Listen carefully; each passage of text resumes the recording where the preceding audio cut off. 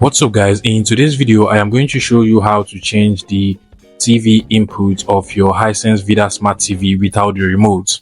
So let's say you misplaced your remote, or the battery failed you, or the remote has actually spoiled. This is going to be a very helpful one for you.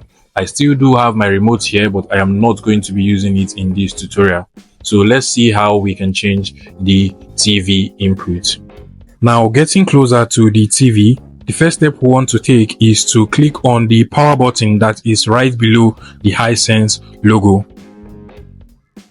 So once you click on it, it will show this menu bar, and from here you can change to any TV input that you want. Now you have to note that for you to be able to scroll through the list of the TV inputs, you must click on the button once, and for you to be able to select a particular input, you must long press on that particular input. So let's say we want to move to HDMI 1 in this particular TV. I'm just going to click on it once, short click on it, and then continuously short clicking on it will take me through all the options that I have here.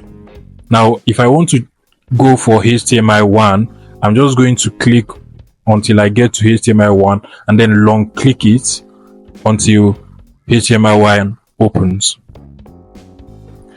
Now the same way, if I want to change to another TV input, I can just click on it once again and then continuously click on it until I get to the TV input that I want.